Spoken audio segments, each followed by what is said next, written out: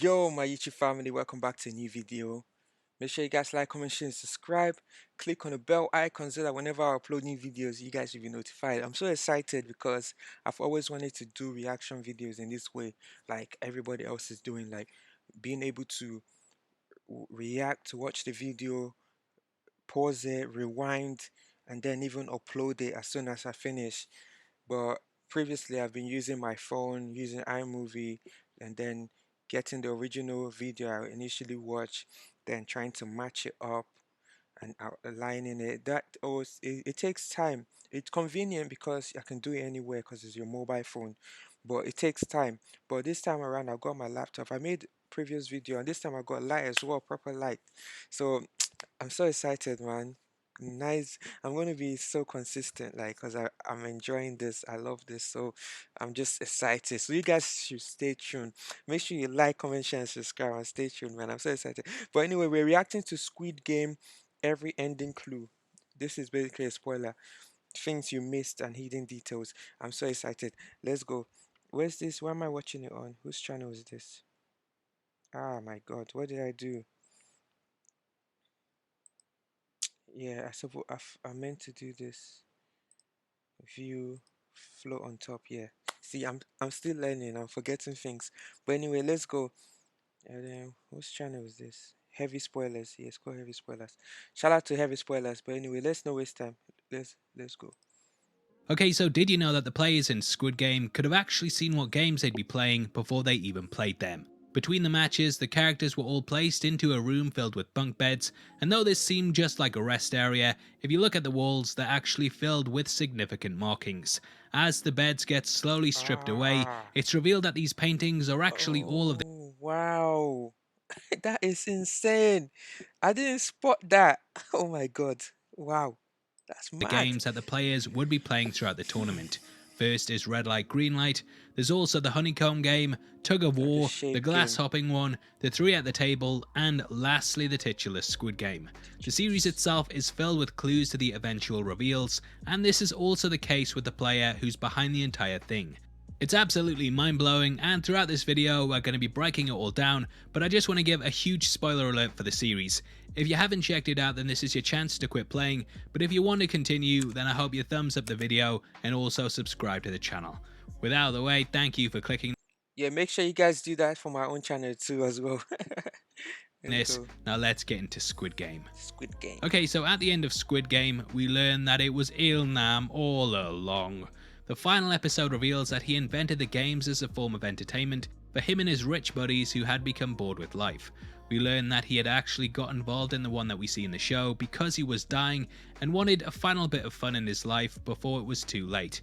The ending was absolutely incredible, and the scene had Ji-hun saying goodbye to the character as he lay on his deathbed. This last meeting actually reflected their first one, in which he too encountered the character as he sat in a bed.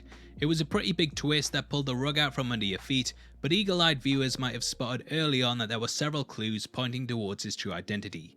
Now the first one is that he is number one, the very first player. If we look at the Wow. subtext of the series, Ji-hun is the final number, and throughout we watch as he very much works his way to first place, aka Ilnam. In the final episode, he's left as number one, he inherits a large portion of the character's fortune, and comes face to face with him in one of the final scenes.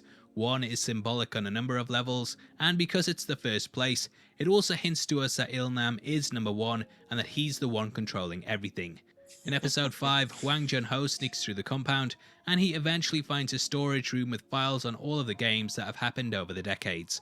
Upon opening the 2021, the first player there is actually number 2, and Ilnam's profile is completely missing.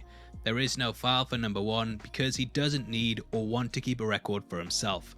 The other players in the game also somewhat hint towards us that something is off with Ilnam, and though it's not too obvious, when you really think about it, he wouldn't be someone that would be selected for the process. Everyone else in the Squid Game is roughly the same age, whereas he's extremely elderly. He's also dying of a brain tumour, and thus even if he did win the life-changing money, it wouldn't last that long. Though he gives his reasons as to why he wants it, from what we know about the games and the players that have been selected in the past, they're all roughly between 20 and 40, and he's a complete outlier in all of this. Now the games themselves are also major giveaways too. Throughout the series, we watched as he said they were all things that he'd played as a child, and in retrospect, it becomes blatantly obvious that he selected them himself because they're what he knows. On repeat viewings, it's clear that each of them are something that he not only played as a kid, but they're also things that he's very, very good at. Now, the first thing they play is red light, green light. Whilst the other players are absolutely terrified for their lives, he gleefully struts about whilst the Terminator's back is turned, and even stops before it looks back to face the crowd. He knows all of the lyrics to the song that the machine sings, and therefore knows to stop in advance before it ends and turns back around. If we look at the clip of the targeted players, you might also notice something different about him. The one directly to his left and Wow. all of the other ones to the side have a slight green overlay that appears over the top of them. If we look at the players to his right, outside of the girl crouching down beside him, this is also the case too. Everyone other than him in this girl's tracksuit appears slightly green, and I believe that this machine sees him without the glow because it's been programmed not to shoot him. If this theory is right, then he also has a protective ring around him that stops the machine from firing at people in his vicinity in case it misses, and that's why the girl to his right is also safe too. Immediately after this game, the players decide to cast a vote on whether they should end the tournament or not. He is the one who makes the choice in the end and casts the deciding vote to end the game. This subtly shows his power over the entire thing, and I actually think that he carried this out for a specific reason. He wanted to give the players a chance to walk away from it all knowing the stakes, and if they came back then that would ease his conscience slightly as the choice was theirs. Now cut to the honeycomb game, and Ilnam ends up choosing the star. Though this seems like a very complex shape, there's not actually any bends in it like the circles or umbrellas. Though you might think it's easier to have the triangle's lines are longer, whereas the stars are shorter, so there's less to cut through before you hit an edge. Being completely honest though, yeah, the triangle is a pretty easy shape too, but Ilnam didn't exactly have one of the difficult ones either. Now next we jump to episode 4, in which a fight breaks out during the night. Throughout, Ilnam hides away from the carnage up on one of the bleachers, and he ends up begging for the fighting to stop. Oh no, YouTube adverts. God damn. Even though up until this point it seemed like the frontman was completely in control, he immediately sends the guards in because Ilnam requests it. Another clue is that his bed is the only one that isn't flipped, and this is because the guards likely know who he is. Next they play a game of Tug of War, and because of their players it seems like Ilnam's team are about to be sent to their deaths. However, he is the one who tells them how to win, and because of his guidance they easily beat the much stronger team. Ilnam had clearly played the game hundreds of times before and knew the best strategy to take. Any team with him was destined to win, and the fact his strategy works definitely proves this. The final game in which he takes part is the marbles one, and this also has a lot of clues in it. Throughout it, it seems like the character is struck by dementia, and he constantly walks around looking for his house. This game not only pulls from his childhood, but the area does too, and unless the Squid Game organisers were psychic, then they'd have no way of knowing what his home looked like.